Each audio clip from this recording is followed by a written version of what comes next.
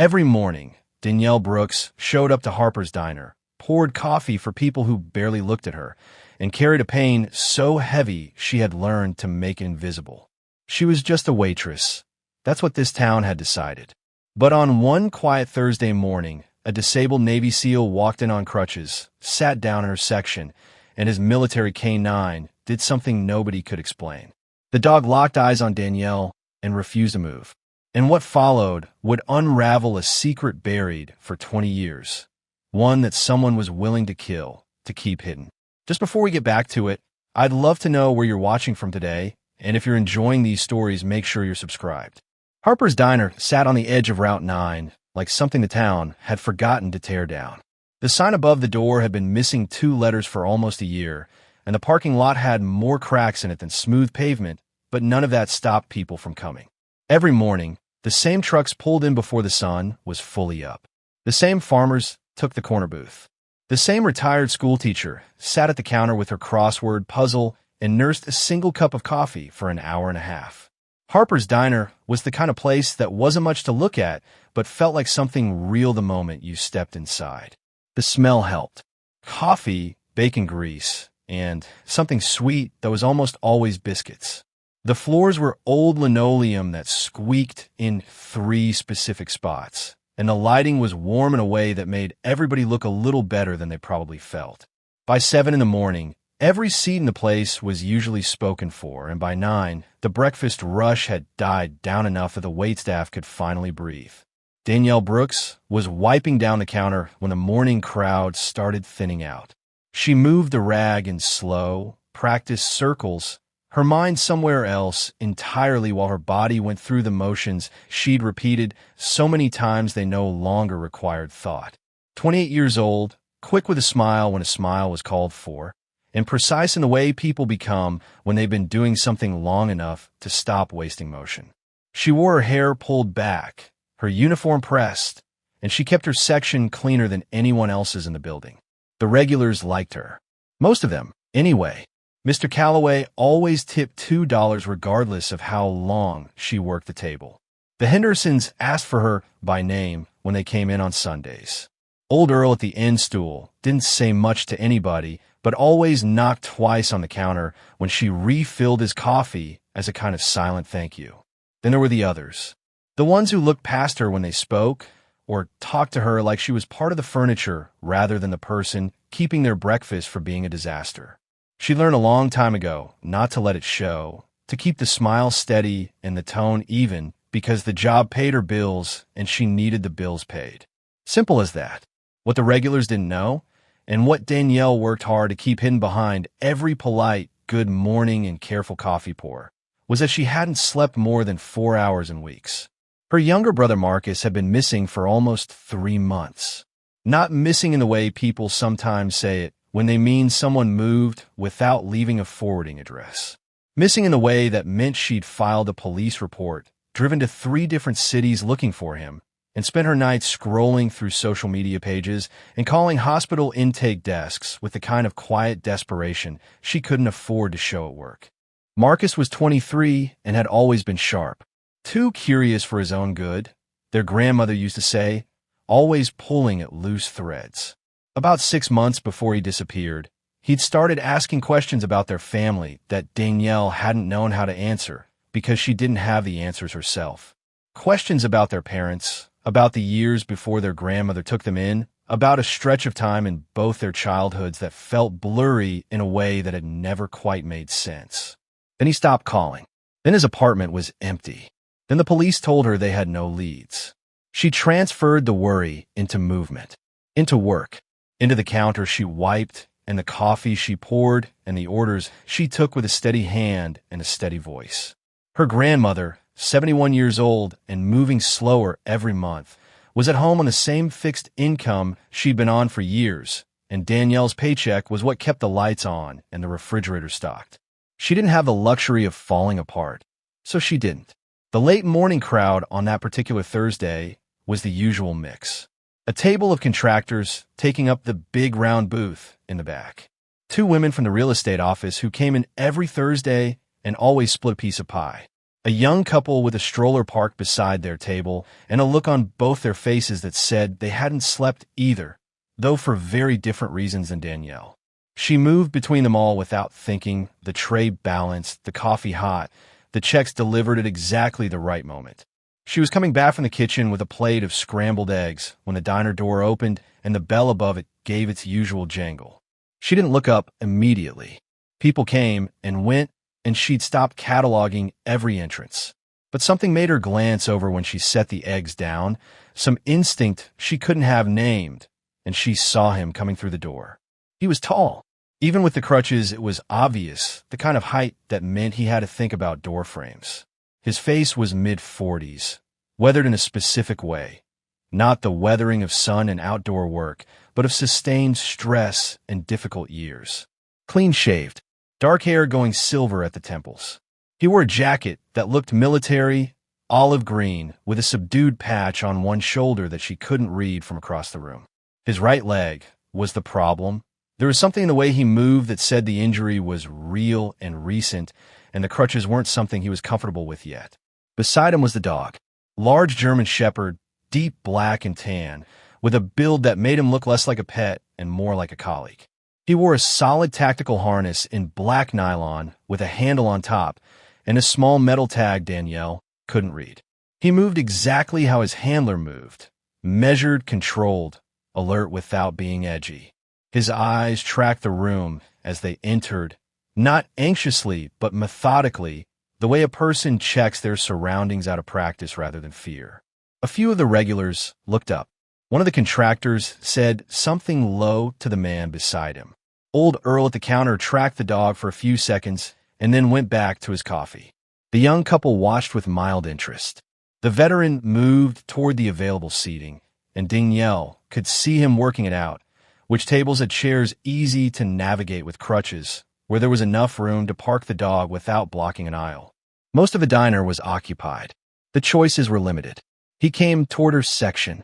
Danielle had just settled into a brief pause between tasks, a 2-minute window that happened maybe twice in a shift where she could stand still without something needing immediate attention. She was standing beside a small table near the window, the one she sometimes used to store her checks when things slowed down. He stopped a few feet away and looked at the empty chair across from her. Then he looked at her. "Can I sit here?" he asked. His voice was quiet, direct, not unfriendly. The kind of voice that was used to being listened to, but wasn't performing anything. Danielle pulled the chair out before she'd consciously decided to. "Of course," she said. "You want coffee? Please." She grabbed a mug from the station behind her and brought the pot over, filling it without fuss. The dog settled on the floor beside the man's chair, perfectly still, head up, watching the room. Up close, the animal was even more impressive. The harness had a small patch that read K9 in bold lettering, and the dog's focus was complete, not distracted by the food smells or the noise or the people. Just present in the way that working dogs are.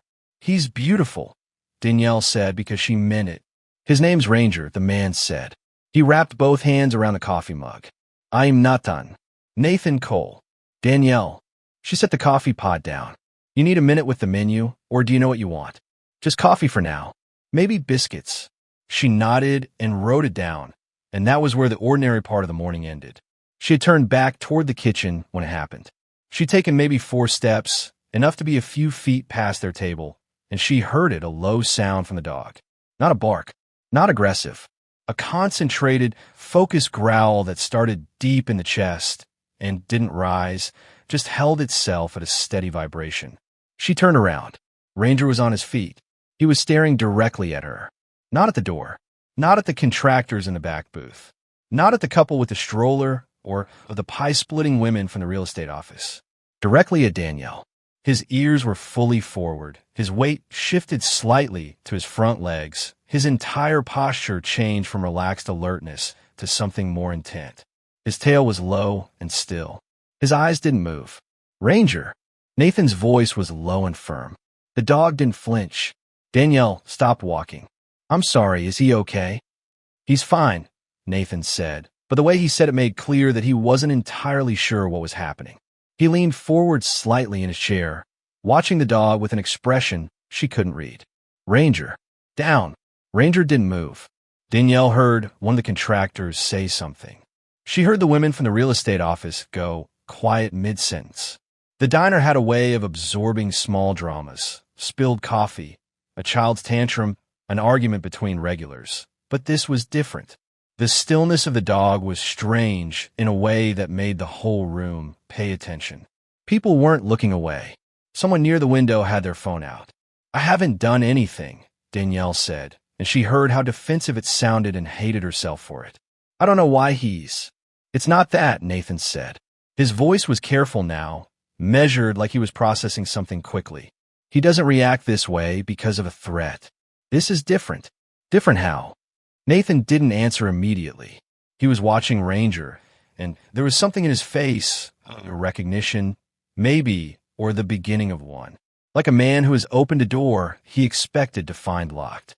The phone that someone had pulled out wasn't the only one anymore. Danielle counted 3 from where she stood, all pointed at the dog who continued staring at her like she was the only thing in the room. She became aware of her own breathing, aware of the way her hands had gone very still at her sides, aware that 15 people in a roadside diner were watching her with the same focused attention as a trained military canine. She wanted to tell them all to put their phones down. She wanted to explain that she was just a waitress and she had biscuits in the oven and none of this was what it looked like. But she didn't know what it looked like, and that was the problem. "Ranger," Nathan said again. Firm, quiet, the tone of a man who expected to be obeyed. The dog moved, not away from Danielle. He padded forward 3 steps and sat down beside her feet, pressing himself gently against her left leg like a dog returning to someone familiar. Like he had found what he was looking for and was settling in. The diner made a collective sound, not loud, more like a held breath releasing, a murmur of confusion and surprise. Nathan stared. Danielle looked down at the dog beside her, then back at Nathan, then back at the dog. She didn't reach down to touch him. She wasn't sure she should. "I don't understand what just happened," she said. "Neither do I," Nathan said, which Danielle could tell was not something he said often or easily. He was a man who liked to understand things, and whatever had just happened was sitting outside that. "Come here, Ranger." Ranger looked at Nathan. Then he looked back up at Danielle. He didn't move. Danielle exhaled slowly. Do you want me to step away from him?" "No," Nathan said. He picked up his coffee mug, set it down again without drinking. "Can you sit down for a second?" She looked toward the kitchen. The biscuits were still a few minutes out, and her other tables were settled. She pulled a chair out and sat across from him, the dog still pressed against her leg like he'd chosen a side. Nathan watched all of this with the steady attention of a man reading a situation. Up close, his eyes were dark brown, and despite the fatigue in his face, there was something sharp and precise in the way he looked at things. He'd been trained to observe, and she could feel it. "I need to explain something about him," Nathan said. "Ranger is not a companion animal. He's a working military canine. He served 8 years in active deployment. He's trained in explosive detection, personnel tracking, and threat assessment. In combat, he never made a wrong call. Not once." He paused. "When Ranger reacts to someone, it means something. The way he reacted to you, sitting at your side like that, that's not a behavior I've seen directed at a civilian. Ever." Danielle kept her expression even. "What does it mean when he does that?" "In the field, it means he's identified someone connected to a military operation. A handler, a trainee, or someone exposed to specific protocols." Nathan set both forearms on the table. "He recognized something in you. A scent, a posture, something. I don't know what yet. I've never been near a military base," Danielle said. "I grew up here. I've worked in this diner and a grocery store 2 towns over, and that's basically my whole resume." "I believe you," Nathan said, and he sounded like he did. "But Ranger doesn't make things up." She looked down at the dog. He was still watching her with those calm, gold-brown eyes. She'd been around dogs before. Plenty of people brought dogs into the diner lot, left them in trucks during breakfast, but she'd never had one look at her quite like this. Not evaluating, not unsure, like he already knew something that she didn't. She reached down, almost without thinking, and made a small motion with her left hand. 3 fingers extended, palm down, a small downward flick of the wrist. Ranger went instantly flat on the floor. not lying down the way a relaxed dog lies down. The precise, flat position of a trained animal responding to a command. The room went quiet again. Nathan's coffee mug stopped halfway to his mouth. Danielle stared at her own hand. She didn't know where that had come from. The gesture had arrived, fully formed from somewhere she couldn't locate, natural as lifting a coffee pot, and she had performed it without thinking. "Where did you learn that?" Nathan said. His voice had changed. Not alarmed, not aggressive. Carefully, precisely controlled in the way that meant something had shifted inside the conversation. "I don't know," Danielle said, and she meant it completely. "I don't know where that came from. I didn't think about it. She stopped. What did I just do?" "That's a military K-9 handler's command. Downstay with sustained attention hold. It's used in field operations when a handler needs the dog absolutely still without verbal reinforcement." Nathan was watching her with the same focus Ranger had been using. "That command is not public knowledge. It's not in any civilian training manual. It's not something you pick up from a YouTube video or a dog training class." Danielle felt something strange move through her. Not fear exactly, but something adjacent to it. A kind of vertigo, like the ground had shifted a half-inch in a direction she hadn't anticipated. "I've never been trained with military dogs." "Not that you remember," Nathan said quietly. She looked up at him. "What does that mean?" He didn't answer immediately. He was thinking. She could see him assembling something, pieces being placed carefully. "Tell me about your childhood," he said, "before you came to live with your grandmother." It was an odd question from a stranger in a diner, and under any other circumstances, she would have given a polite non-answer and gone back to work. But Ranger was lying flat on the floor at her feet, responding to a command she hadn't known she knew, and 15 people in the diner had just filmed her doing it, and the ground still felt slightly tilted. "I don't remember much," she said. "My parents died when I was young. I was maybe 7 or 8. My grandmother took us in after that, me and Marcus. She never talked much about what happened before, and I never pushed it. Some things you learn not to ask about. Do you remember anything from before the move? Where you lived? What your parents did?" She shook her head slowly. "It's all kind of blurry, like trying to remember a dream. I have images sometimes. Big rooms, lots of people, but nothing I could tell you was definitely real." Nathan nodded like this confirmed something rather than surprised him. He opened his mouth to say something else. That was when Ranger stood up, not lazily, not gradually, up in a single motion, body oriented toward the front window of the diner. His ears were forward, his posture tight. A different alert from the one he'd shown toward Danielle. This one had an edge to it. Nathan turned his head without moving the rest of his body, an old reflex, and looked toward the window. Outside, across the two-lane road that ran past Harper's diner, a black SUV sat in the gas station lot. Not parked at a pump, just parked, facing the diner. The windows were tinted dark enough that Danielle couldn't see the occupants. "Has that car been there long?" Nathan asked. "I don't know," she said. "I didn't notice it before." Danielle thought back through the morning and realized she had noticed the car. It had been there when she'd stepped outside briefly to help a regular carry something to his truck, maybe 40 minutes ago. At the time, she'd registered it as nothing. She wasn't sure it was nothing now. Ranger remained at the window position, not growling, just watching with the specific attention of an animal that had been trained to recognize things that weren't supposed to be there. "His name is Victor Hale," said a voice from across the diner. Both Danielle and Nathan turned. The contractor near the back booth was standing, except he wasn't a contractor. Danielle registered this suddenly, the wrongness of it, in the way you recognize a detail you'd filed incorrectly. He'd come in alone, no tools, no work boots.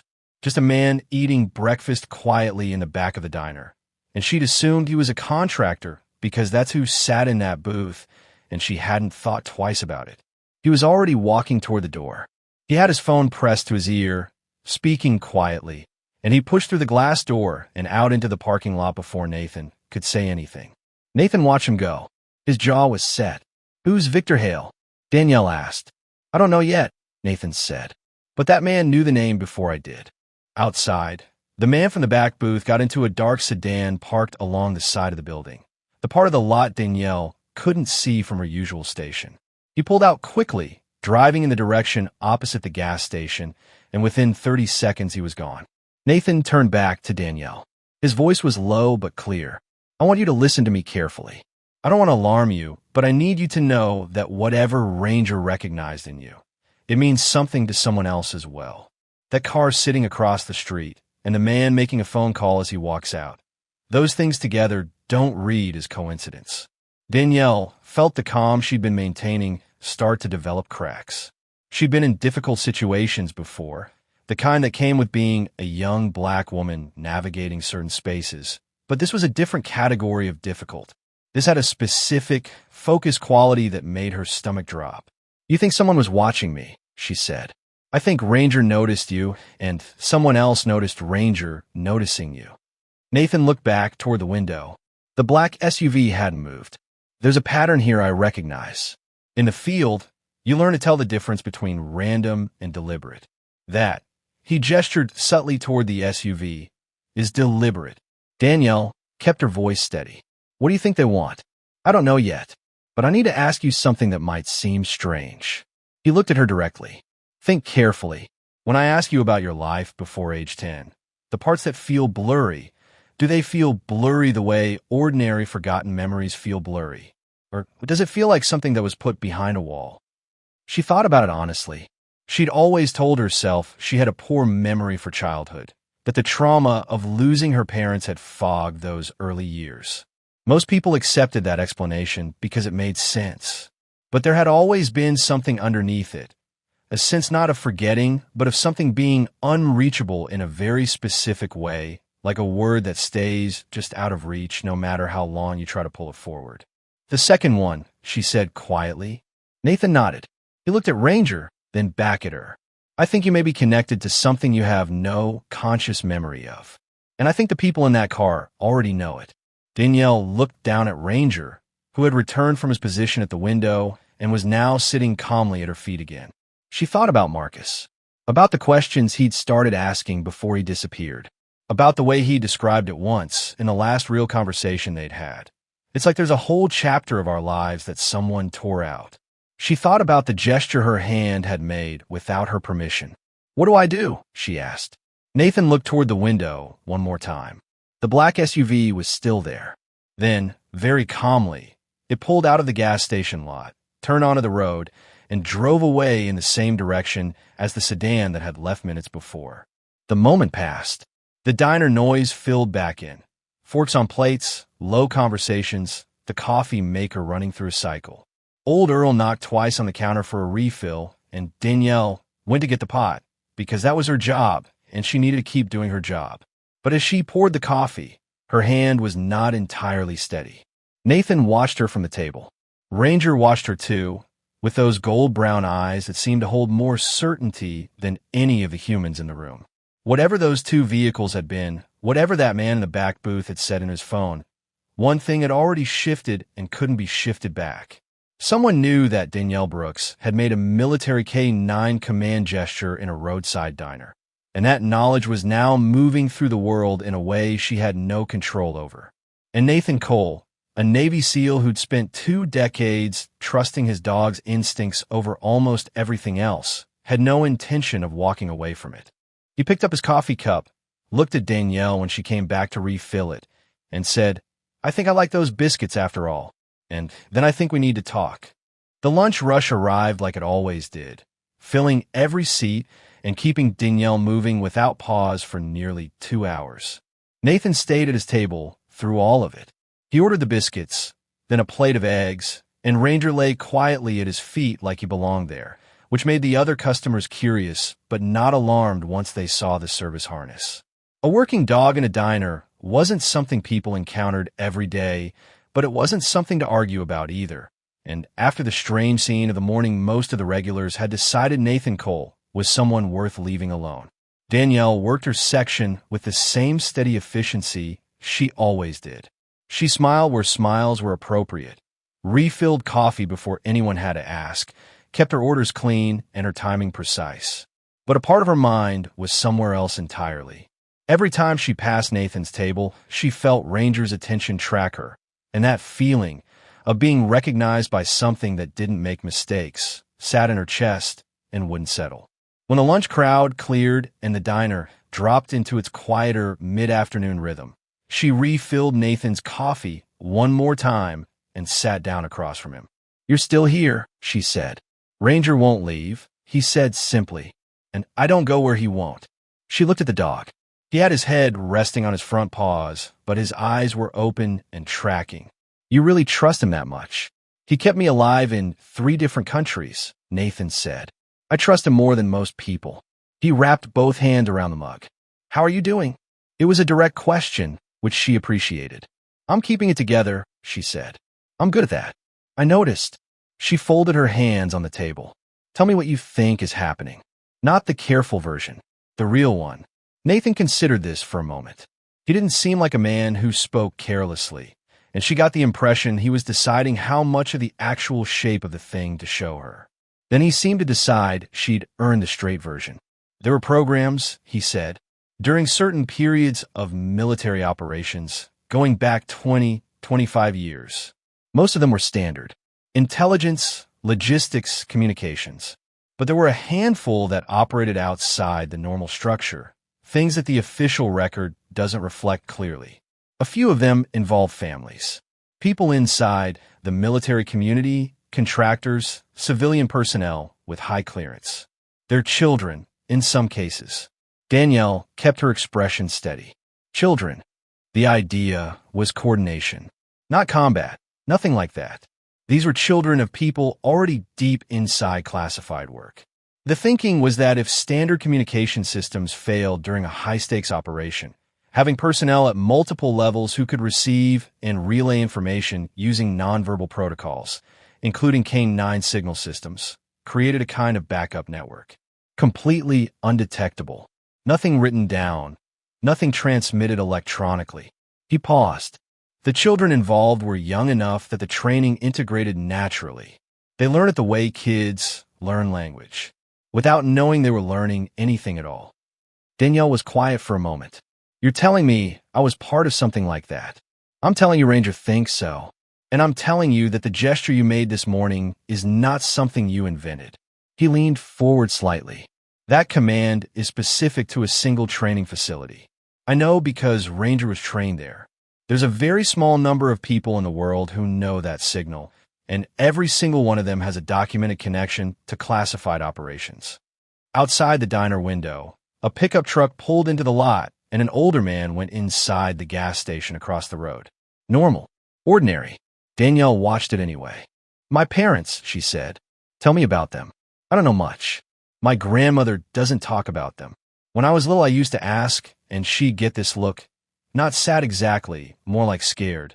And after a while, I stopped asking." She paused. "I know they died in an accident. That's what I was told. I've never found a death certificate, never found any newspaper record of whatever the accident was. I told myself it was because I wasn't looking in the right places.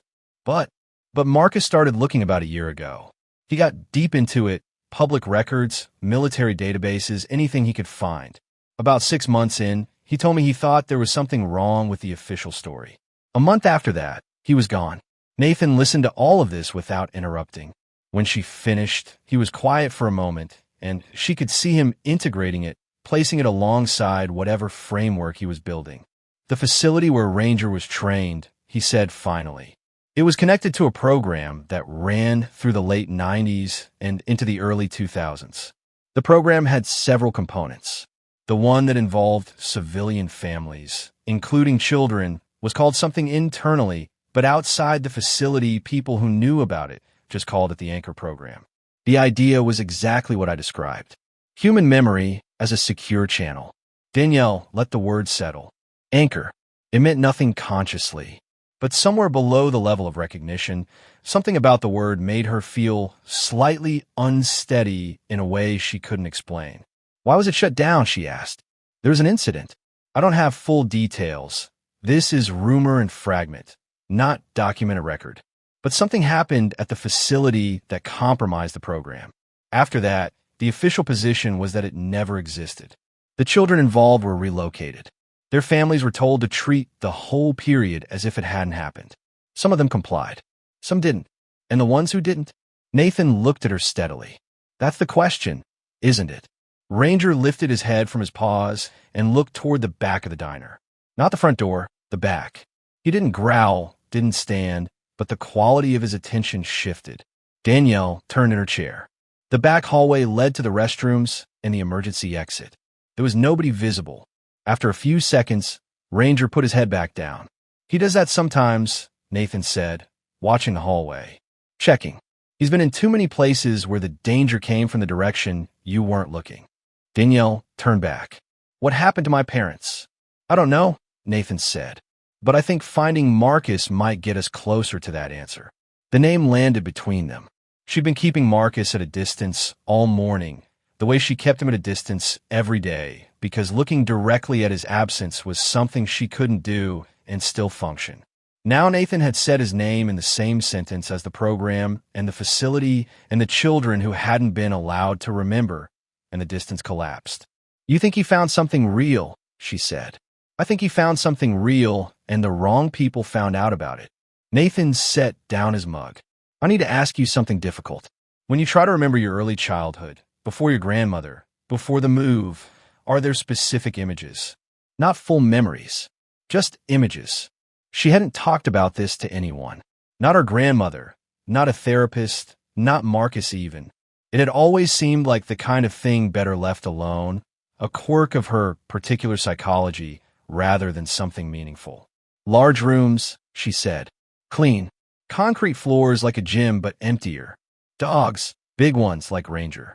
And people who weren't unfriendly but weren't warm either. Like teachers who took the job seriously but weren't there to be liked. Nathan's expression didn't change dramatically, but something in it settled. Those aren't dreams. I know, she said quietly. I think I've always known. The afternoon light through the diner windows was going gold and thin. The cook was starting prep for the dinner menu in the kitchen, and the smell of something roasting moved through the room. Danielle looked at Ranger, who was watching her again now, steadily, without performance. Like a guardian who had found the person they'd been assigned to, and was simply waiting for everyone else to catch up. What do we do? She asked. Tonight, Nathan said. I'd like to come by your house. Talk to your grandmother. Danielle hesitated. Her grandmother was 71 and moved carefully and had spent decades building a life inside a specific silence. The idea of bringing this, whatever this was, into her house felt like picking up a stone and not knowing what was underneath it. But Marcus was missing, and her hands had made a gesture she hadn't learned. And a dog trained in 3 combat zones had walked across a diner and sat down at her feet like he was coming home. 8 o'clock, she said. She goes to bed at 9, so come before that. Nathan nodded. Ranger and I will be there. She stood up, straightened her apron, and went back to work. But her mind was already somewhere else, somewhere past the counter and the coffee and the dinner rush, running ahead to whatever was sitting in the space her grandmother had kept sealed shut for 20 years. The house Danielle shared with her grandmother was a small 2-bedroom on a quiet street 3 blocks from the edge of town. It wasn't much to look at from the outside. Pale yellow siding, a front porch with 2 chairs nobody sat in much, a garden along the right side that her grandmother kept up with a stubborn commitment of someone who needed to watch things grow. Inside it was clean and warm and full of the specific density of a life lived in one place for a long time. Photographs on the walls, crocheted blankets on the chairs, a kitchen that smelled like whatever her grandmother had made for dinner. Danielle had called ahead. She hadn't explained everything. She hadn't known how.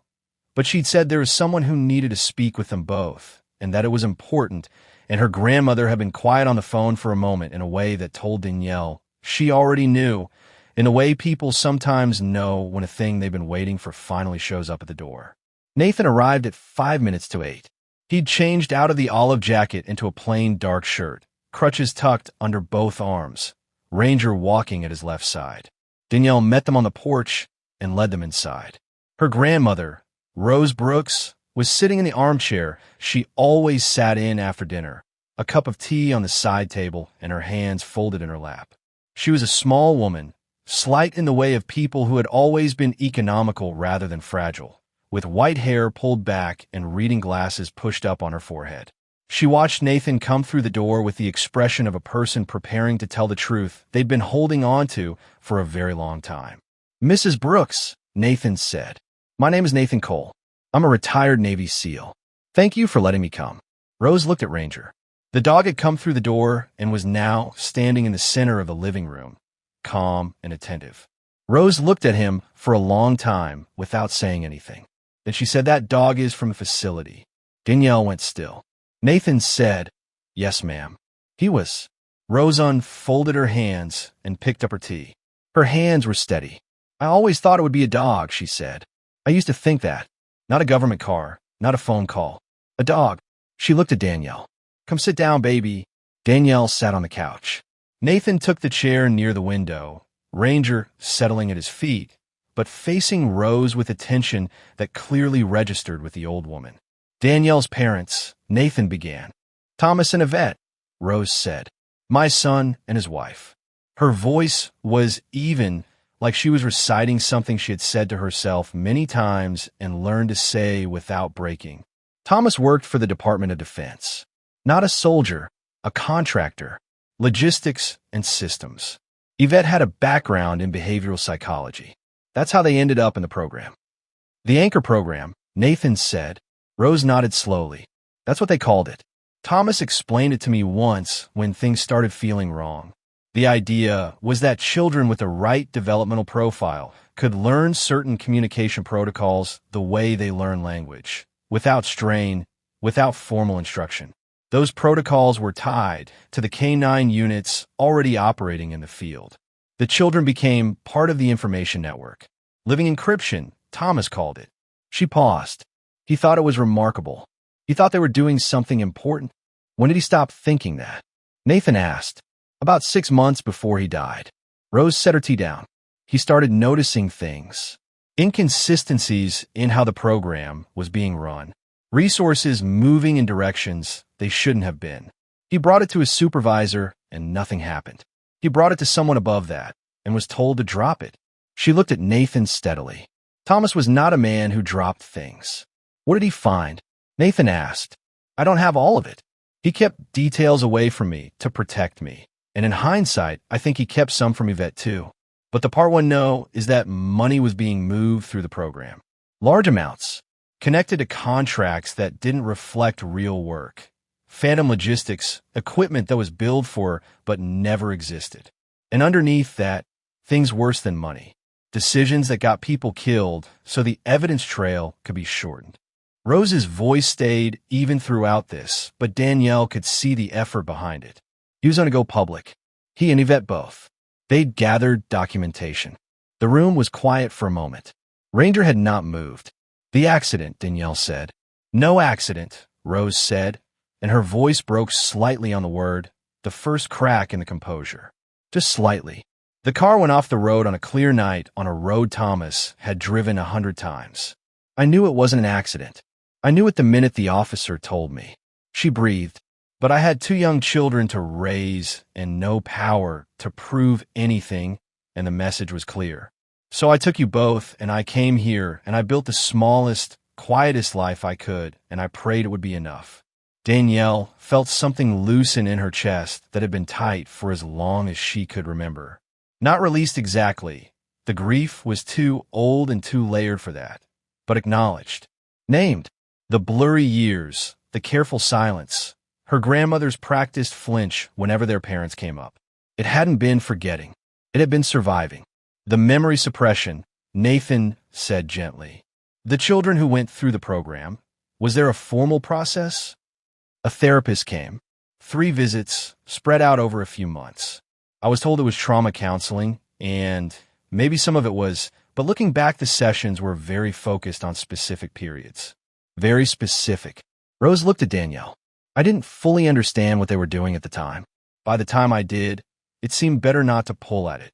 "You were protecting her," Nathan said. "I was scared," Rose said simply, which amounts to the same thing, and I've had 20 years to feel sorry about it. Danielle reached across and put her hand over her grandmother's.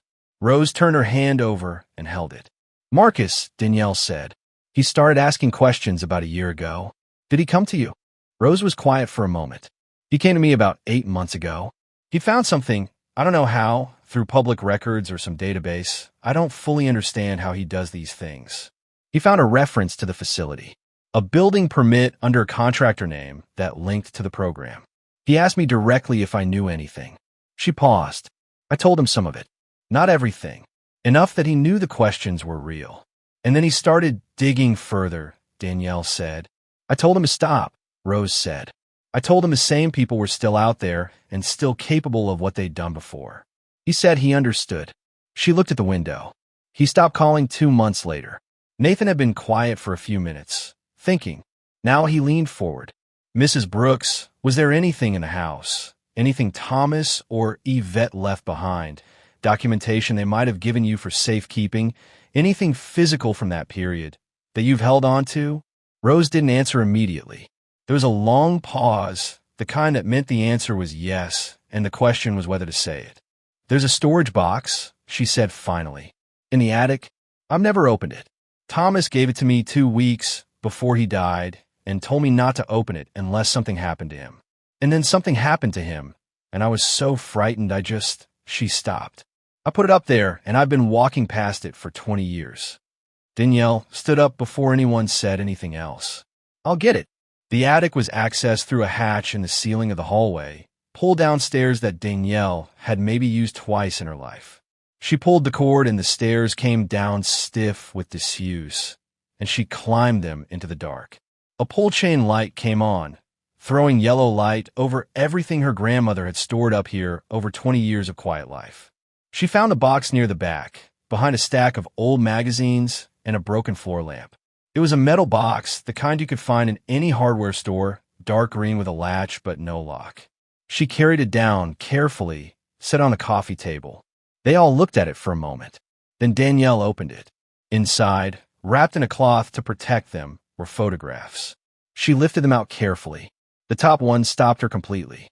A young girl, maybe 6 or 7, in a clean concrete room much like the ones in Danielle's fragmented memories.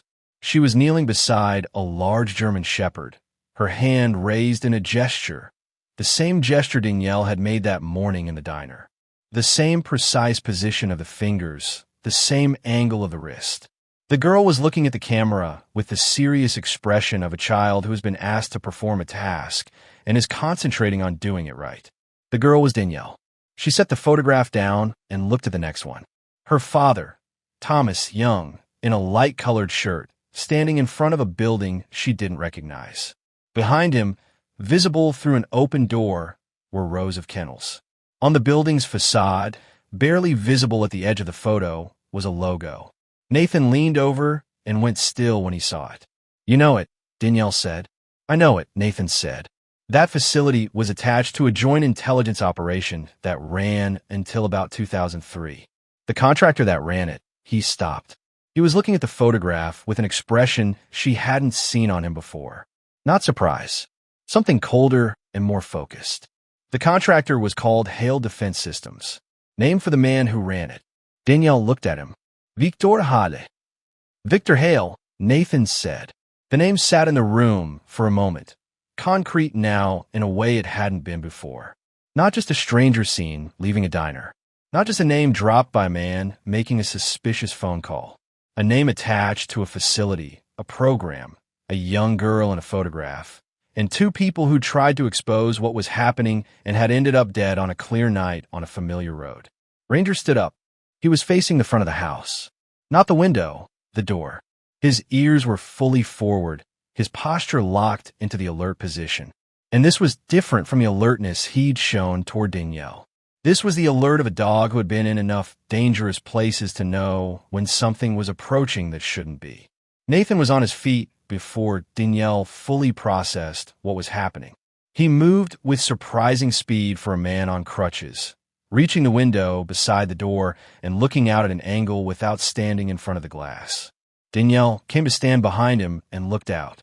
2 sets of headlights sat in the street in front of the house, engines running. They hadn't been there 5 minutes ago. Neither car had pulled into a driveway or moved on. They were simply stopped in the dark, facing the house.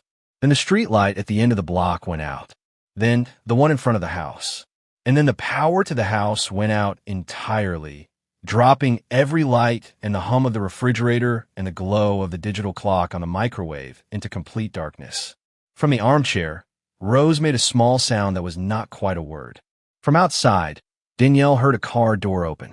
"Get down," Nathan said quietly, and his voice had changed completely. The careful thoughtfulness of the diner was gone. What was left was something older and more exact, the voice of a man who has been in the dark before and knows what to do there. Danielle moved to her grandmother, took her hand, and brought her low. Ranger was at the door, silent now, every muscle in his body taut and ready. Nathan positioned himself to the side of the front window, and in the darkness Danielle could just see the silhouette of two figures moving carefully across the front yard toward the porch stairs. The evening that had begun with an old woman's long-held truth had become something else entirely. Someone had decided that the truth had been loose in the world long enough. The electricity died without warning. 1 second the kitchen light was spilling through the pass-through window, and the lamp on the side table was casting its warm circle across the living room floor. And the next second everything went dark and flat, and the only light in the house came from the street lamp 2 doors down, pressing thin orange lines through the blinds. Danielle's grandmother made a small, startled sound from her chair in the corner. Nathan was already moving. He didn't reach for a light switch or pull out his phone. He was off the couch in one motion, crutches abandoned, moving low and quiet toward the wall beside the front window.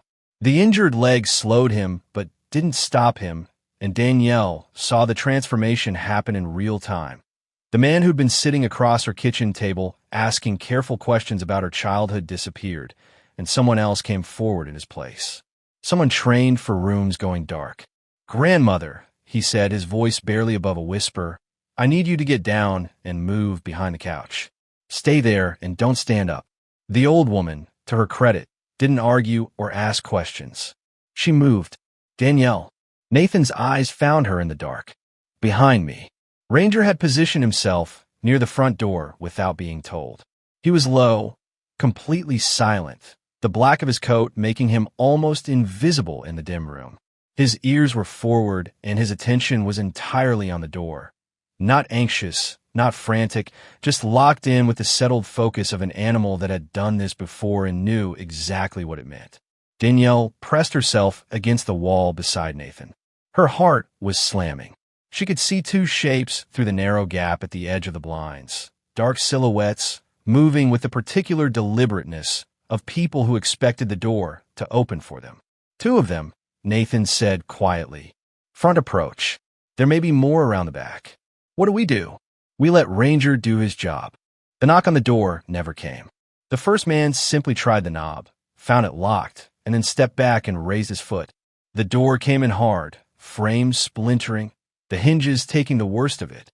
The man's flashlight swept the room in a tight arc, catching furniture and walls and the back of the couch where Danielle's grandmother was crouched and hidden. Ranger hit him before the light could complete its sweep. There was no warning sound, no build-up. One moment the dog was beside the wall, and the next he was across the room, and the man went down with a sound that was half shout and half grunt, the flashlight spinning away across the floor. Ranger didn't bark. He worked in focus silence, the way he'd been trained, and within seconds the first man was on the ground and not getting up quickly. The second man was already through the door. He was faster than his partner, better prepared. He'd anticipated the dog and had his weapon up. The shot he fired went wide, hitting the lamp on the side table, which exploded in a spray of ceramic and darkness. Danielle heard her grandmother make a sharp sound, but not a pained sound. She was still behind the couch. Nathan crossed the distance faster than a man, with one working leg, had any right to. He had the crutch reversed in his grip, the padded end in his hand, and he swung the metal base of it in a tight arc that connected with the second man's wrist before he could get the aim corrected. The gun went sideways.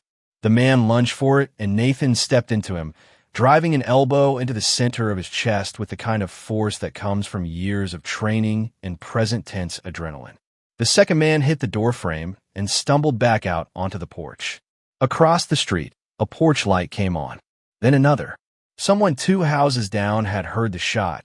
Someone else must have been on the phone already, because in the distance, faint but real, there was the sound of a siren starting up.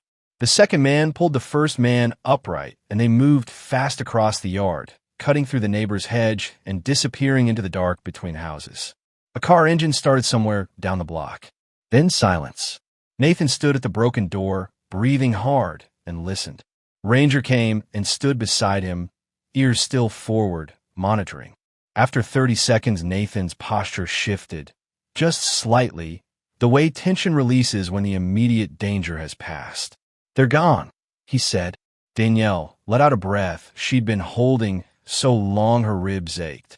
She crossed to her grandmother and pulled her up from behind the couch, wrapping both arms around the older woman, who was shaking but upright and unhurt. "I'm all right," her grandmother said. "I'm all right, baby." Nathan had moved to the center of the room and was crouched over something the first man had dropped when Ranger took him down. He picked it up carefully, a small black device, rectangular, the size of a deck of cards. He turned it over once in his hands. "What is that?" Danielle asked. "Encrypted radio transmitter." He set it on the table, studying it without touching the surface contacts. "Private military contractor issue. Not law enforcement, not standard military. This is proprietary hardware from a very specific tier of private operation." He looked up at her. "Victor Hale has money behind him. Real money." The siren was getting closer. Nathan looked at the broken door, at the overturned furniture, at the lamp pieces scattered across the floor. "When the police get here, you tell them exactly what happened. Break in, 2 men, they fled. That's all you know." He looked at her steadily. "Don't mention any of the rest yet. Not until we understand what we're dealing with." Danielle nodded. She was still holding her grandmother's hand. She was thinking about the shot that had hit the lamp and wondering how different the angle would have needed to be. She was also thinking about something else entirely, something that had been moving at the edge of her mind since the moment the door came down, getting clearer as the adrenaline continued to course through her. Images she couldn't place. The sound of voice she couldn't identify.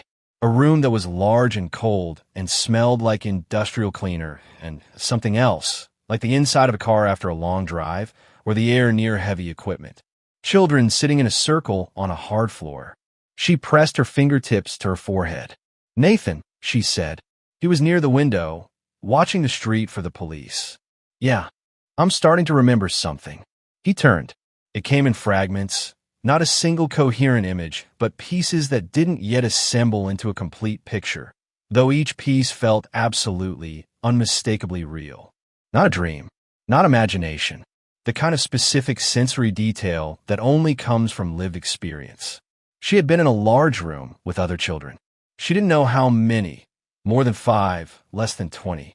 They sat in rows on a hard floor, and an instructor walked between them, pausing at each child, saying something quietly that the other children couldn't hear.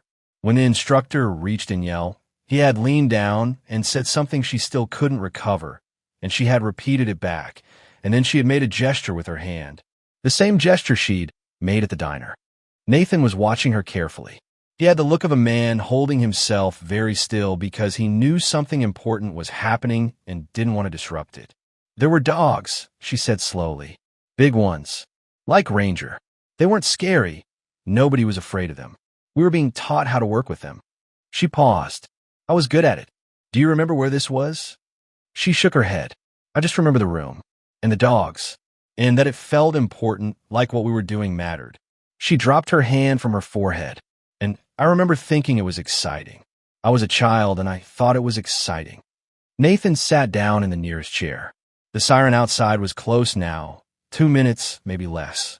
He had a very specific look on his face, the look of a man who has followed a thread through a very dark space and arrived somewhere he didn't expect to find. "There was a program," he said.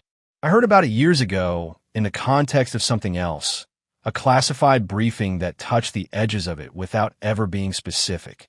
The program worked with children connected to military families, teaching them survival skills and communication protocols. Not because they were being trained to fight, because the people running it believed that if communication infrastructure ever failed during a large-scale domestic emergency, civilian populations would need another layer of coordination." He stopped. The children were chosen because their parents were already inside the program, and because children retain things differently than adults. More durably, more accurately. They used us as backups, Danielle said. As living archives, Nathan said, for information that was too sensitive to put anywhere that could be hacked or burned. The police cruiser pulled up outside, lights sweeping through the blinds. Danielle squeezed her grandmother's hand once and then went to answer the door. She spent 20 minutes with the officer, a young man she knew vaguely, had seen in the diner a few times. She told him what Nathan had told her say. Break-in. 2 men. They fled.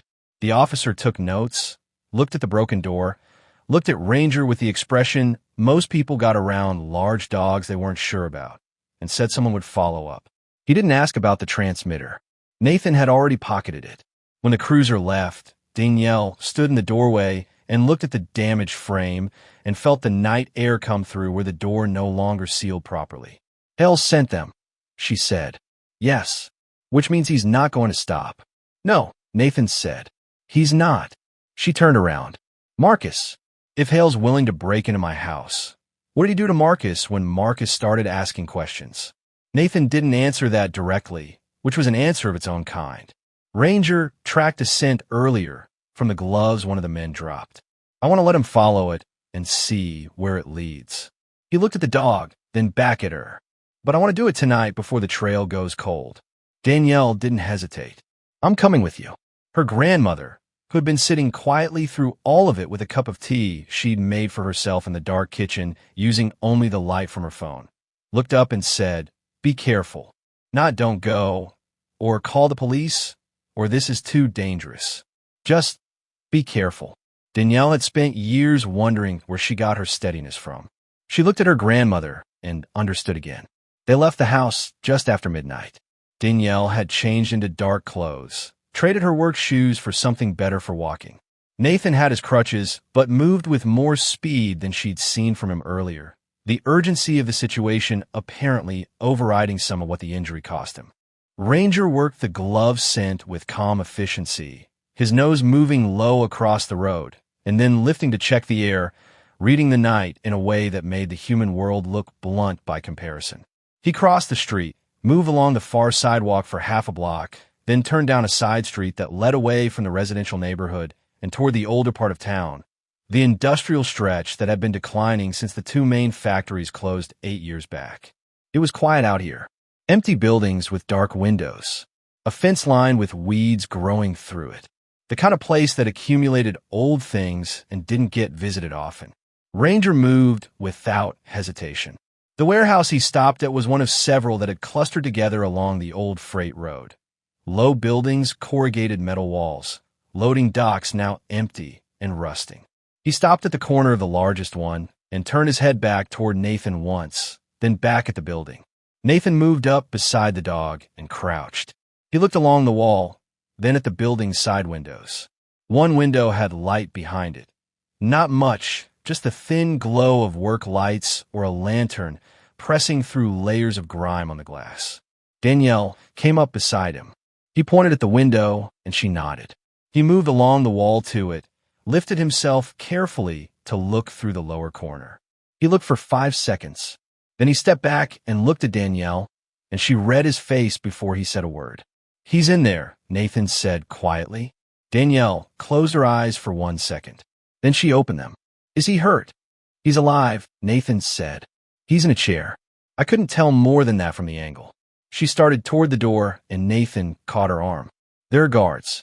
I counted 2 inside from what I could see, possibly more in the sections I couldn't. She looked at the door, then at Nathan. Get him out, she said simply. Nathan studied the building for 2 full minutes before he moved. Not stalling, reading. The way someone reads a space when the cost of misreading it is too high.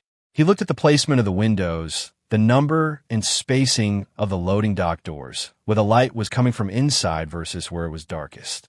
Then he looked at Ranger and made a hand signal Danielle didn't recognize. The dog moved along the wall, low and silent, toward the far end of the building. He'll take the long way around, Nathan said quietly. Create a distraction at the rear when I signal him. We go in through the side door. He pointed to a maintenance door 20 feet along the near wall, while their attention is at the back. How do you signal him from here? Nathan showed her a small transmitter clipped to his jacket. Vibration pulse. No sound. Danielle nodded. What do I do? Stay behind me until we're inside. Once we're in, stay my left shoulder and don't move to my right. That's Ranger's side when he comes in. He looked at her. If something happens and we get separated, you go out the side door and back to the road and you call 911. You don't come back in. Understood, she said, in a way that made clear she understood and was not necessarily going to follow that instruction. Nathan didn't push it. He moved. The maintenance door was padlocked, but a padlock on an old building is only as strong as the door it's mounted to. And this door had a decade of rust and weather in its hinges. Nathan applied pressure in the right place, and the mounting plate gave way with a grinding sound that he immediately masked by pushing the door inward hard, the metallic scrape of the door itself covering the smaller noise. They were inside. The warehouse interior smelled like old concrete and something chemical, oil or solvent, something industrial. The work lights Nathan had seen from the window were two portable LED lanterns set on the floor, casting hard shadows across a large open space that had probably once held inventory or equipment, and now held almost nothing. Almost nothing except for the men and the chair in the center of the space. Marcus was in the chair.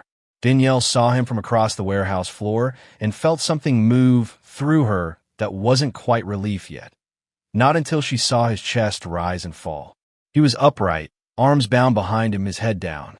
He looked like a man who had been in that chair for a long time. Two guards stood at opposite ends of the room. Neither was looking toward the maintenance door. One was near the main loading dock door at the far end, checking his phone. The other was closer, maybe 40 feet from where Danielle and Nathan had entered, leaning against a support beam with his back to them.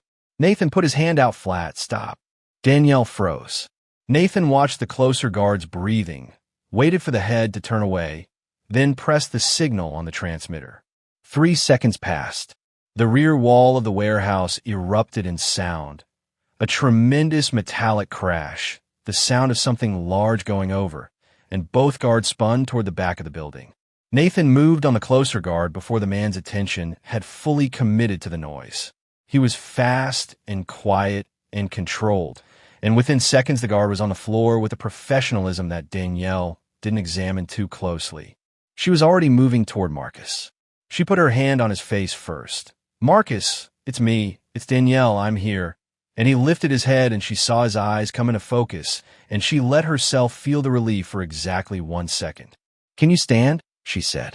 Yeah, he said, the word coming out rough. Yeah, I think so. She worked a knot on the rope at his wrists. Simple knot. Someone had tied it in a hurry, and freed his hands. He brought them forward and winced at the movement. The second guard had moved toward the source of the crash at the back of the building, but he hadn't disappeared. He was coming back now, having found a knocked-over shelving unit and nothing else. No intruder, no explanation. His flashlight swept the space. Danielle crouched low, pulling Marcus down with her. Nathan had moved to the edge of the light, watching the second guard's flashlight track across the floor. Then Ranger appeared from the shadows at the guard's left side, and the handler command Danielle had performed at the diner came back to her. She saw Nathan give it with absolute precision, and Ranger moved in complete silence. The second guard was down and secured before the flashlight hit the floor. For a moment, the warehouse was quiet, except for the three of them breathing. Then Marcus grabbed Danielle's arm and said, "We have to get out. There's more coming. Hale, he's been in and out all day. He was here an hour ago. Hale did this." Nathan said, "Victor Hale, yeah." Marcus looked at the Navy SEAL with the wariness of a man who'd been grabbed once already and was reconsidering everyone. "Who are you?" "Someone on the right side of this," Danielle said. "Trust him." Marcus looked at Nathan for 2 seconds, then at Ranger, who had padded over and was sitting calmly between them all. The dog seemed to settle something for him. He exhaled. "Okay, you need to tell me what you found," Nathan said. "Quickly, while we move." They moved toward the side door, Marcus walking with a slight unsteadiness that came from too long in a chair and not enough food, probably. He talked while they moved, his voice kept low. He had started digging into their family history about 8 months ago. He'd been driven by the same thing that had always driven him: the specific blurriness of those early childhood years, the sense that memory should extend further back than it did. He found their parents' names in an old county record and ran them through every public database he could access. Hit a wall. Tried another angle: their father's service record, because their grandmother had let slip once, years ago, that their father had done something for the government before Danielle and Marcus were born. That thread led to a contract employee database that had been partially declassified. Their father's name appeared once in a single document, associated with a program designated only by a number and the word contingency. Marcus had pulled the thread further. The program had involved children. The program had been shut down after an incident. The incident had been classified. The people who ran the program had later been implicated quietly, internally, in ways that never reached prosecution, in financial crimes connected to wartime contracts. I was trying to find the documents that would tell me exactly what happened, Marcus said. They were outside now, moving along the side wall of the building in the dark. I found a reference to a physical cache, actual paper files and digital backups stored at a location connected to one of the program's field training sites. I hadn't identified the location yet when they grabbed me. A location connected to a training site, Nathan said. He was watching the road at the edge of the industrial property, checking it before they stepped into the open. The training sessions, were there any references to where they were held? Some were on base, Marcus said, but some were off-site, in civilian locations. He paused. The documents mentioned using ordinary environments as part of the training, somewhere familiar to the participants. Danielle was quiet. She was feeling the thing again, the pressure of something large and not yet fully visible pressing at the edge of her accessible memory. They crossed the open ground quickly, Nathan moving in controlled bursts despite the crutches, Ranger flanking them and monitoring the tree line. They were almost to the road when the headlights appeared. 3 vehicles. They came from 2 directions, cutting off the most obvious exit routes. They moved with the organization of people who had done this before. Victor Hale stepped out of the center vehicle. He was shorter than Danielle had expected from the way Nathan described him, compact, gray-haired, with the kind of physical stillness that meant he was comfortable having other people do his moving for him. He wore a jacket over a collared shirt, and he looked, in the cold outdoor light, like a man attending a difficult business meeting rather than whatever this was. He looked at Danielle first, then at Marcus, then at Nathan. His expression didn't change. "I had hoped," he said, in a voice that was conversational and almost pleasant, "that we might have done this differently." His men had fanned out around them. 5 that Danielle could count, probably more she couldn't. "Victor Hale," Nathan said. "Commander Cole." Hale said it with a small acknowledgement, as if they'd been colleagues. "I know your record. I know Ranger's record. I don't want any of this to be violent if it doesn't have to be." "You sent men to break into her home tonight," Nathan said. "I sent men to bring her to me." The violence was their improvisation. He looked at Danielle again. "I want to talk to you, Danielle. That's all I've ever wanted. You could have come to the diner," she said. Something almost like appreciation moved through his expression. "The diner," he said. "That's appropriate, actually." He took a few steps closer. Nathan moved slightly, but one of the armed men shifted in response, and Nathan held his position. "Your parents were brave people. I want you to understand that. They believed in what we were building. They died for it," Danielle said. "They died because of a disagreement about direction." He said it smoothly, like something he'd rehearsed in the particular way you rehearse things you need to believe. The program they were part of created something extraordinary. Children who could hold complex information in durable memory, who could carry coordinates, codes, and locations embedded in training exercises. Living backups. Your parents helped design the methodology. He paused, but they disagreed about what the information should be used for. And someone decided that disagreement was fatal, Nathan said. Hale didn't deny it. He looked at Danielle. "You were the most gifted child in the program. Everyone knew it. Your memory retention was off the charts. During the final training exercise, the instructors embedded a specific set of information, coordinates essentially for the location of documents tied to the program's financial records. He held her gaze. We believe those coordinates are still in your memory. You were 7 years old when they were placed there, and you've never been deprogrammed. Danielle thought about the children in the circle, the instructor leaning down. Something whispered. And the documents, Marcus said, because he'd been putting it together too, expose everything you did with the program's budget, the diverted funds, the contracts. He looked at Hale with a clarity that had apparently survived 3 months of captivity. That's what this is about. There's a great deal of money attached to that information, Hale said, with the frankness of a man who'd stopped pretending, and a great deal of consequence. I'd like to find a civilized resolution. Ranger had been still throughout all of this. Now he turned his head sharply toward the warehouse. His nostrils worked. Nathan read him. He smells something, he said, almost under his breath. Danielle caught it too. Something chemical, something sharp beneath the cold air. She looked at the warehouse, then at Hale. You wired the building, Nathan said. Insurance, Hale said, in case the documents inside were accessed before I could retrieve them. Standard precaution. He looked at Nathan calmly, which means your timeline for this conversation is somewhat compressed.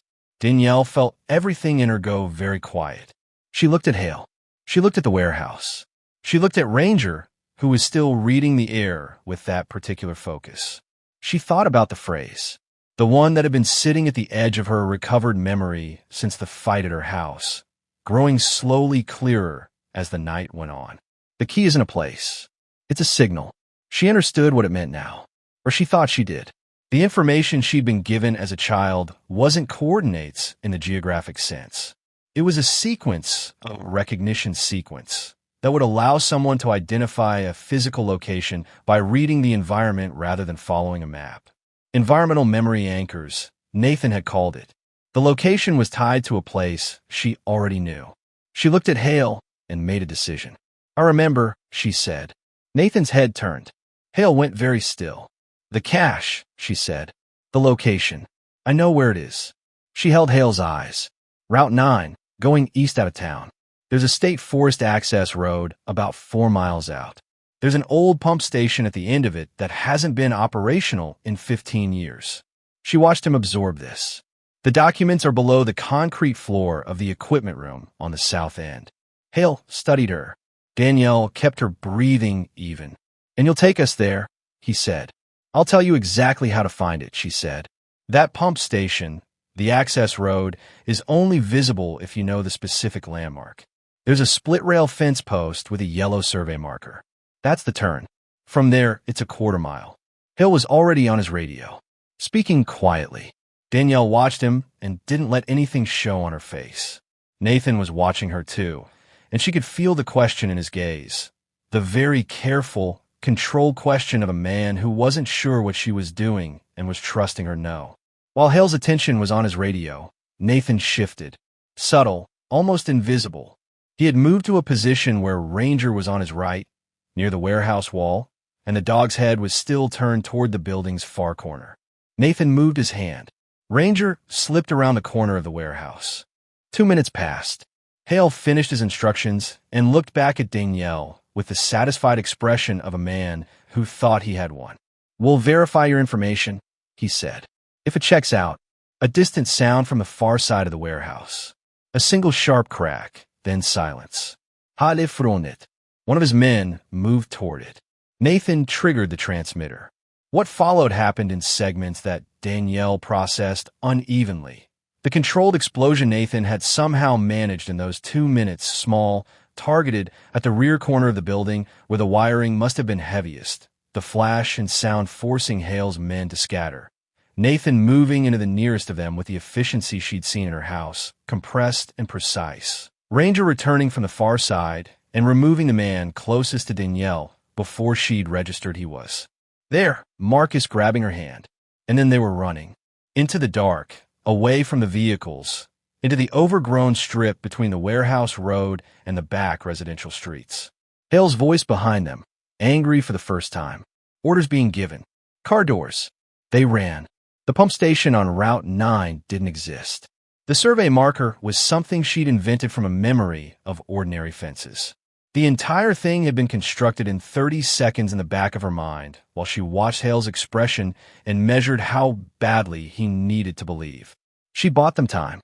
Whether it was enough was still an open question. Behind her, the warehouse let out a second sound. Larger this time, the demolition charge Hale had primed going up on whatever delayed mechanism it had been set to. The sky behind them lit orange, and the heat washed forward, and Marcus made a sound, and Danielle pulled him, and they kept moving until the sound was behind them and the residential streets were ahead. She thought about what Hale had said about the cache, about the location she actually remembered, the one she hadn't spoken. It was real, and it wasn't on Route 9. She knew where it was. She'd known since the moment Ranger had walked directly to that booth in the diner, and she had looked under the seat. The three of them moved through back streets until the warehouse glow behind them faded, and the only light was the ordinary kind, porch lamps and street lights, and the occasional blue flicker of a television through a curtain. Marcus was steadier on his feet now, the movement helping, though he still leaned slightly toward Danielle when the sidewalk was uneven. Ranger walked point the whole way, monitoring ahead and behind in steady alternation, as calm as if this were a routine evening. Nathan watched the dog and trusted the dog, which was the only reason he allowed himself to speak rather than stay completely silent while they moved. Route 9, he said quietly. The pump station. That was false. All of it, Danielle said. He'll figure it out inside an hour. I know. She kept walking. We don't need an hour. Nathan looked at her sideways. You already know the real location. She didn't answer immediately. She was thinking about how to explain something that she herself had only fully understood in the last 20 minutes. The way a thing can sit inside you for decades, patient and dormant, and then surface all at once when the right combination of circumstances brings it forward. The diner, she said. Marcus looked at her sharply. Harper's diner, she said. The training sessions used ordinary places as anchor points, places the children would return to naturally over time, so the memory association stayed active. She paused. I've been working in that diner for 4 years, and I never once wondered why it felt like somewhere I already knew the first time I walked in. She shook her head slowly. It wasn't coincidence. Nothing about any of this was coincidence.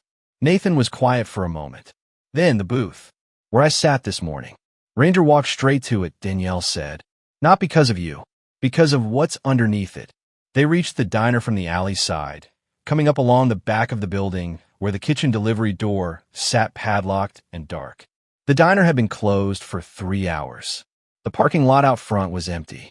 The Route 9 sign was visible from where they stood, the missing letters still missing, the whole structure just as indifferent to the night as it was to every morning. Nathan worked the delivery door lock in the dark efficiently, and then they were inside. The kitchen was strange in the dark.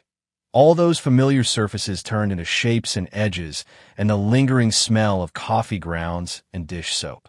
Danielle moved through it without hesitation because she knew every inch of it, knew where the floor dipped near the prep station and where the overhead rack hung low enough to catch you if you weren't paying attention. She pushed through the swing door into the dining room.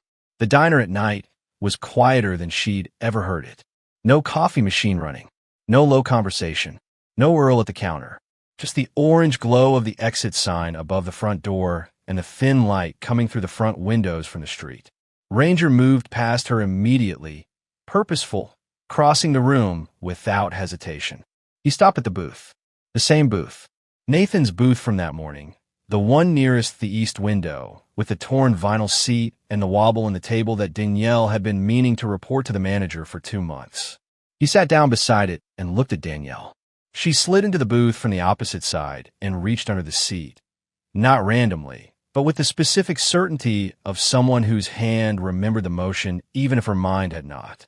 Her fingers found the edge of something solid beneath the seat frame, set back against the wall support, invisible unless you were looking for it and knew where to look. A metal container. Small, the size of a hardback book, sealed with a simple latch that had been painted over at some point and then scraped clean again recently. Like someone had accessed it not too long ago, or prepared for access. She sat on the table. The three of them looked at it for a moment. Marcus reached across and opened the latch. Inside, 2 flash drives in sealed plastic sleeves, and a folded set of documents printed on paper that had yellowed slightly at the edges but was still fully legible. Danielle unfolded the top sheet and angled it toward the exit sign's light. The header read, Contingency Program, Financial Oversight Review, Classified. The pages beneath it were dense with names, dates, transaction records, and transfer amounts that ran into the millions. Danielle couldn't absorb all of it in the dim light, but certain names surfaced clearly: contractors, military liaisons, a sequence of shell accounts. And Victor Hale's name, appearing across multiple transactions spanning more than a decade, each one tied to diverted wartime funds. At the bottom of the document stack was a single page with a different header. It was an internal memorandum dated 15 years ago, and it documented a decision. The decision was about her parents. The memorandum described them as a liability. It used bureaucratic language to say it, terms like program security, concern, and voluntary separation, but the meaning underneath the language was not bureaucratic at all. It was a directive, and the signature at the bottom was Victor Hale's. Danielle read it twice. Then she set it face down on the table and put both her hands flat on the surface and breathed. Marcus put his hand over hers. Nathan was watching the front windows. "He's going to come here," Nathan said. "When Route 9 turns up empty, this is the next logical target. He knows the diner is connected to the program." "How long do we have?" Marcus asked. "Not long." Nathan already had his phone out. He wasn't calling the police. Not yet. Not the local department, who would arrive slowly and without context. He scrolled to a number, pressed call, and when the line picked up, he spoke quietly and quickly. A name Danielle didn't recognize. A federal contact she gathered from the clipped and specific way Nathan delivered information to him. He read out the program designation. He used Hale's full name. He mentioned the documents. Then he said, "I'm sending you everything right now. Both files, full document scan. Do not wait for my follow-up before acting on this." He hung up and looked at Danielle. "Give me one of the drives." She handed it across. Nathan connected it to his phone with a small adapter from his jacket pocket. The kind of preparation that spoke to a man who had anticipated this moment or something like it. And she watched the transfer indicator run while Ranger stayed focused on the front of the building. Then the headlights appeared outside. 2 vehicles this time, not 3. Hale had lost men tonight, and his patience had run out along with them. He came through the front door of the diner the same way his men had come through a front door hours before. Not knocking, not waiting, just entering as if the space already belonged to him. He saw them immediately. The container on the table. The documents. Nathan with his phone. His expression, for the first time all night, was not composed. "The drive," he said. He had one man with him. One visible man positioned at the door. Whatever force he deployed earlier in the evening had been reduced to this. The night had cost him. Nathan set the phone on the table face up and said, "Already sent." Hale looked at the phone, at the completed transfer notification on the screen. Something moved through his face that wasn't quite emotion, more like the internal experience of a structure collapsing. "To whom?" he said. "Federal contacts and an investigative journalist who's been looking at wartime contractor fraud for 3 years," Nathan said. "She's been waiting for a source like this. I'd imagine she'll have the first piece published before morning." Hale stood very still. Then he moved toward Danielle. He wasn't reaching for the documents. He was reaching for her. The motion of a man who had run out of leverage and was attempting to manufacture some from whatever he could grab. It was a desperate move, and they all saw it coming, and Ranger saw it first. The dog was across the table length before Hale's hand closed on anything. He took Hale cleanly and completely, driving him back against the counter stools, and the one-armed man at the door raised his weapon, and Nathan moved. 2 steps, the same compact precision she'd seen at the house. And the weapon was redirected, and Nathan's elbow found the man's jaw, and the man sat down hard among the overturned stools. Hale was on the floor with Ranger above him, and he was not moving, and the dog was completely controlled. Not savage, not frantic, just absolutely, immovably in command of the situation. A professional to the end. "Ranger," Nathan said calmly. The dog held position, watching Hale with those steady gold-brown eyes. From outside came the sound that Danielle had been waiting for without quite letting herself expect it. Multiple vehicles, moving fast. Blue and red light strobing through the front windows of the diner, painting everything in alternating color. The sound of radios and doors and footsteps. Nathan had made more than one call that evening. The federal contact was one. The message sent earlier to a field agent he trusted before the warehouse, before any of this came to its end, that had been the other. The second call at the diner had been the confirmation. The front door opened again, and this time it was different kinds of people. Hale was on his feet and in handcuffs before Danielle fully registered the transition from chaos to order. The man at the door was taken out. 2 federal agents moved through the diner with the efficiency of people who had been briefed and knew exactly what they were looking for. One of them picked up the documents from the table, looked at the header, and looked at Nathan. "This the contingency material?" "That and more," Nathan said. The agent nodded and handled the documents with the seriousness they deserved. Danielle watched Victor Hale being walked past her toward the door. He turned his head and looked at her as he passed. Not with anger, exactly. More with the expression of a man trying to understand what he had miscalculated and landing on the wrong answer, as he probably always had. She didn't say anything to him. There wasn't anything to say. Marcus came and stood beside her, and they watched Hale walk out through the front door of Harper's diner into the red and blue light, and neither of them said a word for a long moment. Then Marcus exhaled, a long, slow release. 3 months of captivity and fear and uncertainty coming out in a single breath. "Mom and Dad," he said. "I know," Danielle said. "They were trying to stop him." "I know."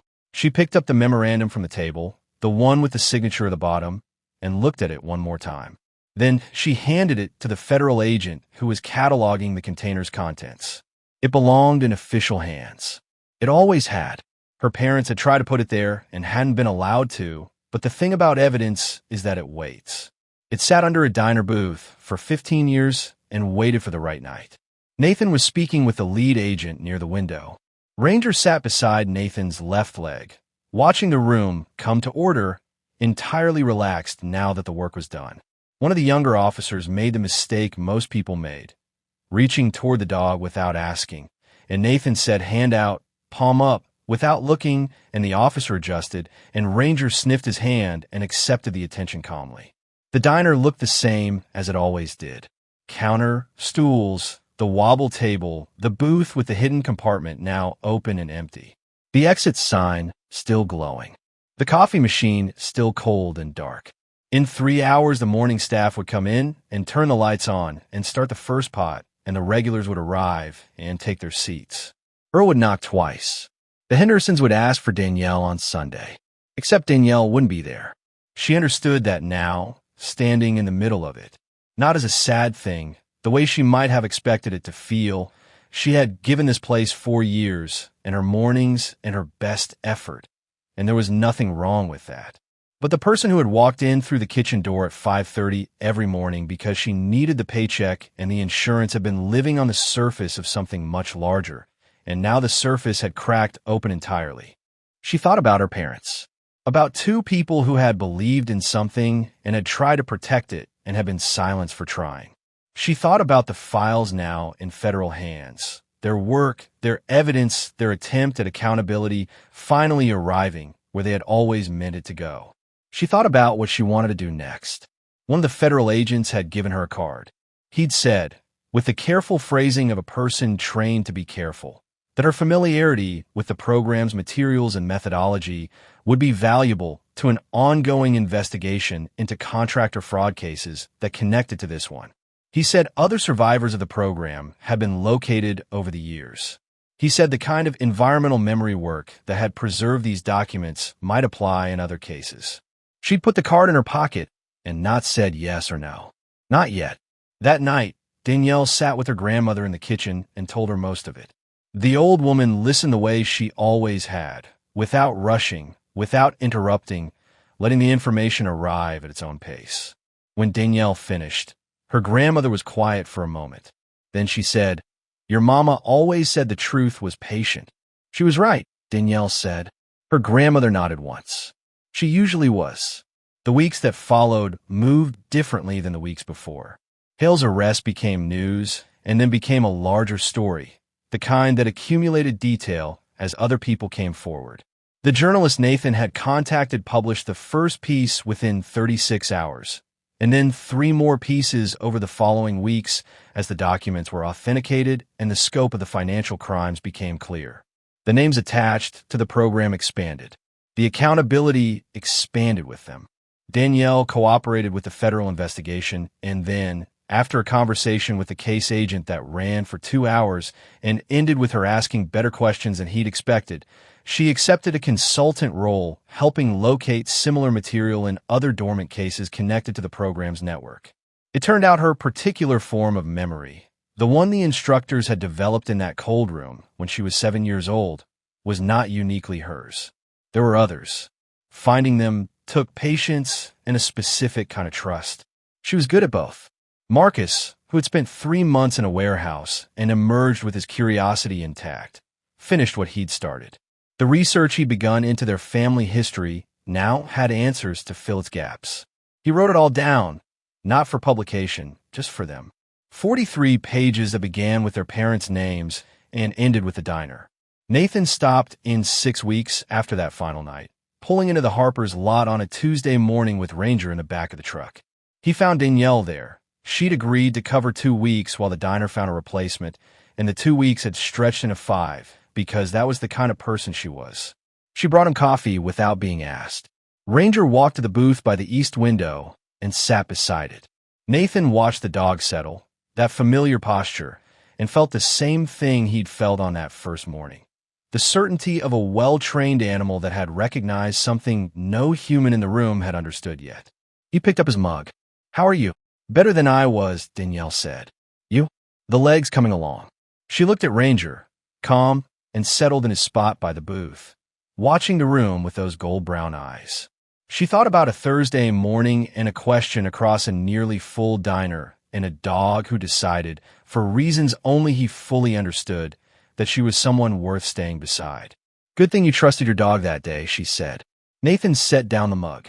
Outside, the morning regulars were pulling in, trucks in the gravel, headlights cutting across the lot, the whole familiar rhythm of it. "Ranger didn't just recognize you," he said quietly. He looked at her across the table, and she held his gaze, and the dog between them stayed exactly where he was. He recognized a hero. If the truth about who you really are was hidden from you your entire life, would you have the courage to claim it, or would you leave it buried? If this story moved you, like and subscribe. We have more stories that will stay with you long after they end.